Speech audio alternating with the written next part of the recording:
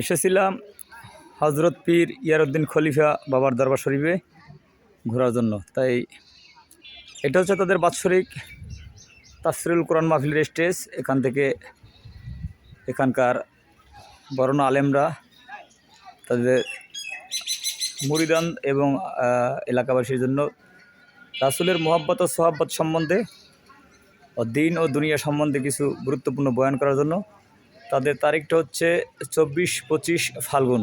আপাতত রমজানের কারণে রমজান মাস পড়ে যাওয়াতে তারা তারিখটা পরিবর্তন করে ফেব্রুয়ারি মাসের 1 তারিখ ও 2 তারিখে নিয়ে এসেছে। সম্পূর্ণ স্টেজের কাজ চলতেছে। এই যে আপনাদের স্টেজটা একটু এক কর্নার থেকে শুরু করে অন্য প্রান্ত পর্যন্ত দেখাবো। এই দেখেন এখন পর্যন্ত কাজ চলতেছে, জন্য মাঠে গরুও বিচরণ করছে, কোনো নিষেধ নেই, সর্বসাধারণের জন্য মুক্ত আছে। এখান থেকে শুরু করে স্টেজের এই যে সামনে মাদ্রাসা এবং আগে পুরাতন মাদ্রাসার সামনে দেখা যায় ছোট, আর ওই পিছনে যেটা করেছে ওটা নতুন মাদ্রাসা বড়।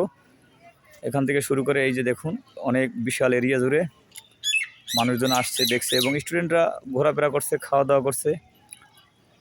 সর্বোপরি মাদ্রাসা ঠিক এই যে দূরে ওখান থেকে দেখা যাচ্ছে, এটা আরেকটা মাদ্রাসা। এটাও এই একই প্রতিষ্ঠানের হজরত বাবা ইয়ারউদ্দিন খলিফা সাহেবের দরবার শরীফে। এবং এরিয়ার শেষ কিনারে ডান প্রান্তে এসে ঠিক আর একটা বড় মাদ্রাসা। এই যে এই ভবনটাও আছে 4 তলা, অনেক লম্বা। উপরে বিশিষ্ট 4টা পানির ট্যাঙ্কি দেখা যাচ্ছে। আর সীমানাটা কত বড় একটা আন্দাজ করে নেবেন। ওই যে দেখছেন একালে মাদ্রাসার কোণা থেকে শুরু করে ওখান থেকে শুরু করে ওখান থেকে শুরু করে ওইখান থেকে শুরু করে এখান থেকে এই একমাত্র এখানে শেষে শেষে রাস্তা মেইন। আর এই জাস্ট ফার্স্ট লাস্ট কোণাটা হচ্ছে এখানে, যেখানে হজরত ইয়ারউদ্দিন খলিফার খাদেম সাহেব যে স্টাফ অফিসটা হচ্ছেন এখানে। জানি না লেখাটা দেখা যায় কিনা, দেখে নেবেন ইনশাল্লাহ। চেষ্টা করব আরও ধীরে ধীরে কাছে গিয়ে সব দেখানোর জন্য।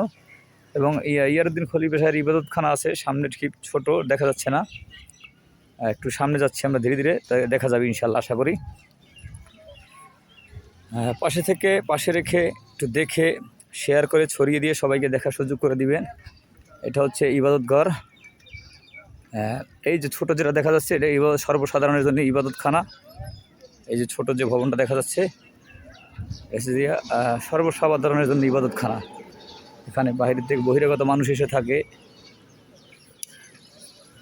এই যে এটা হচ্ছে মহিলা ইবাদতখানা, এই কর্নারটা এই যে, আর ওদিকে এটা পুরোটাই মহিলা ইবাদতখানা।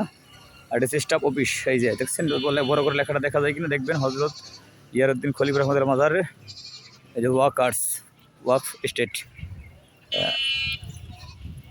আশা করি পরবর্তী ভিডিওতে আপনাদের মাজার শরীফ দেখাবো ইনশাআল্লাহ। সঙ্গে সুন্দর একটা নদী আছে, সুবিদখালী নদী সহকারে একবারে দেখাবো ইনশাআল্লাহ।